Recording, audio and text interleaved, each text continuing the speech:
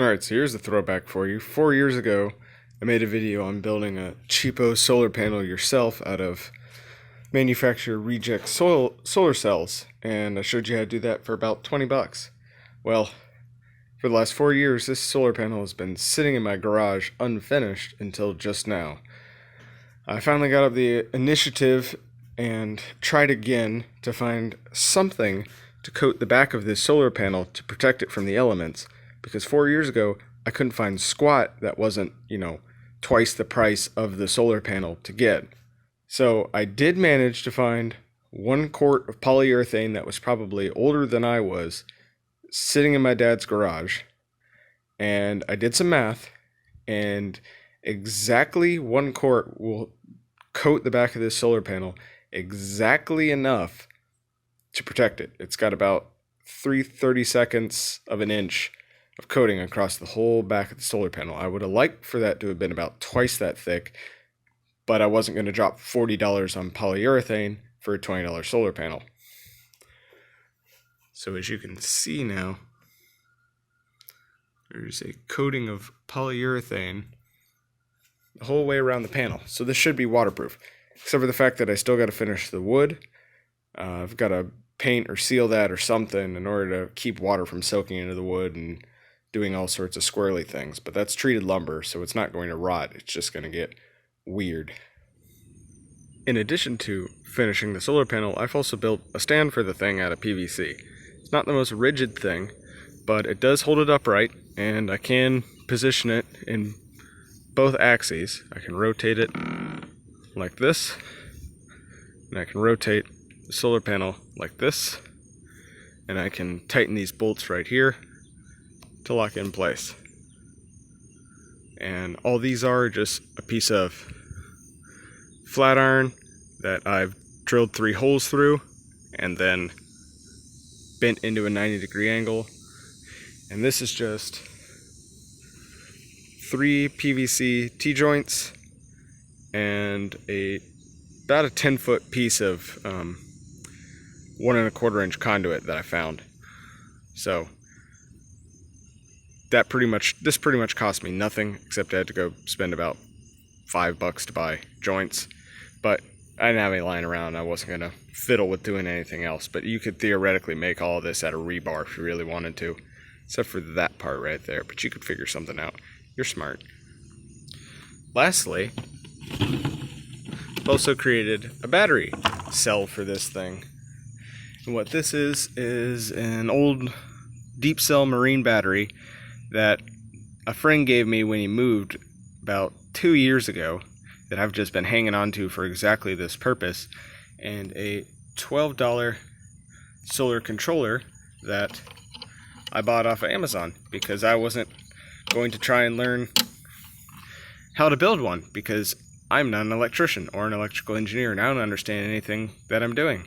So I figured for 12 bucks getting a rectifier and a switchboard was probably a lot more worth my effort than trying to build this thing myself. And this is all in plain old 5-gallon bucket that I got from my uncle because he owns a commercial kitchen, so he gets these things by the truckload and has to find somebody to take them. And down here I've gotten a couple of pieces of 3/16 PVC conduit. These are from the bendable faucet hose sort of dealios, and I just cut about 2-inch sections, drilled a 3/8 hole through the side of the bucket twice, then stuck a 3/8 bolt through there, heated up with a torch, bent it down for both of these, and that pushed this hole downward a little bit, that way these downslope so that they don't get rain in them that goes into the bucket. And then I'm going to fill these both with a little bit of caulk so that spiders don't get in here and build a nest on my battery. And I open this up and the spider short circuits the battery, and then I got a fireball out of here and lose all my eyebrows. And so those just run in there like that, and then these wires hook up to the switchboard. And I don't have good wire lying around, so that's why it looks like hot garbage. But I'm hoping this will work. I haven't tested it yet, but I'm about to go hook it up to the solar panel and leave it sit all day, so we'll see if the battery charges. Last time I checked, I was pulling about just under 9 volts and like half an amp, a little bit less than half an amp. So if we see more than half an amp, then we know it's worked. And that over there is the 40-watt solar panel, FYI. I checked that again. I haven't lost any integrity from doing the polyurethane or it sitting in my garage for 4 years. It was still putting out about 42 watts. I was getting like 13 something volts, and it might have been 3 something amps. I think it was 3.2 amps and like 13.5 volts. Anyway, I did the math at the time. I forgot the numbers, but it was about 42. So I haven't lost any integrity on the solar panel. Oh, and I also have a Gamma Seal bucket cover because these things are slick and I like them, and I was willing to pay $8 for one of those rather than $2 for the little cheapo Home Depot ones that you can just sort of pick up on one side and it all comes out, because I don't want any of this to get wet, because the deep cell is expensive, but it is a marine deep cell, so it is kind of waterproof, but I'm being OCD. Alright, so here's my test setup. Got the solar panel hooked up, and I've got the bucket down here, and I've just got a couple of temporary leads connected from the solar panel to the battery. And down here in the bucket, you can see that it is in fact charging. I thought this was a manual switchboard, but it's actually an automatic switchboard, which is kind of annoying. And that definitely means I'm going to have to hook up a switch to that copper lead there for running whatever I hook up to this panel. But this is going to be the basic setup. I'm going to put more permanent leads over here. I'm probably going to hook up something pseudo semi-permanent to both of those. But this is going to be watertight, and it's just going to sit there underneath this solar panel and charge permanently whenever this ends up someplace permanent. And so it'll just be a discrete system like that. If I ever need to get rid of it, I just disconnect the leads off of there, attach them to the bucket, then I pick the bucket up, haul it off wherever I want it, and then I walk up here to the solar panel, I disconnect those two arms, I pick it up, the solar panel goes off, and then I have to come back out here and I can pop this off right there at that joint, and then I just have to pull the PVC and the metal support in there out of the ground. And then that'll be the whole system. It'll be easy peasy. Now, what is a young man going to do with a solar setup like this? And the answer is solar powered rain irrigation. I've already got a rain barrel, and I've already picked up a 12 volt transfer pump. So my setup is going to be, I'm going to have a rain barrel, I'm going to hook a transfer pump up to it, I'm hook the transfer pump up to that battery, which is hooked up to that solar panel, and then if I need to irrigate something, I can just come out here, flip a switch, and I'll have a 12 volt pump connected to that battery that'll pressurize a drip irrigation line and irrigate crops for me. I can just come out and 30 minutes, hour, shut it off, or I can set it up on a timer to run for a set period of time. That's my plan. But this was the whole first step in the process, and I wanted to get that thing out of the garage and doing something. So we'll come back and look at this tonight and see if it has done anything. Hopefully this thing will charge. I don't have it in an ideal spot. It's currently facing southwest. It'd be nice if it was facing dead south, but I got a tree. So its solar aspect is almost entirely from west to about south-southwest. So we'll see how it do. But I expect it to get some good amount of charging. I don't think it's ever going to break 3 amps, probably.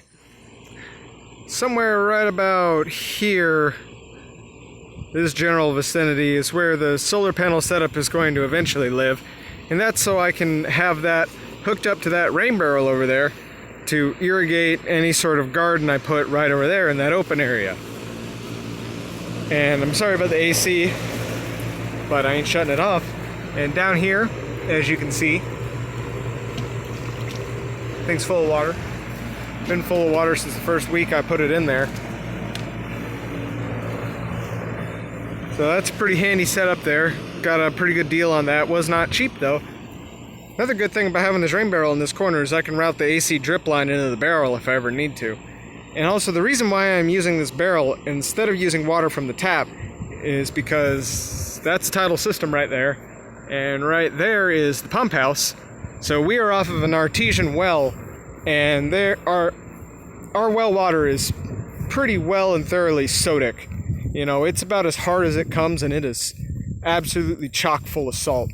So watering a garden, especially a perennial garden, heck, any soil out here long term with saline contaminated water is just a bad idea. So I'm using a rain barrel, so I don't got to worry about that. And I'm going to set up solar panels somewhere right about there, and I'm going to run a hose from that to a pump that I'm going to have in a different bucket that I can pull inside, pull back out, leave here, etc.